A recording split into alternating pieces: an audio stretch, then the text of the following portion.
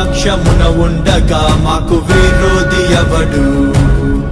మా దేవుడు మా పక్షమున ఉండగా మాకు విరోధి ఎవడు?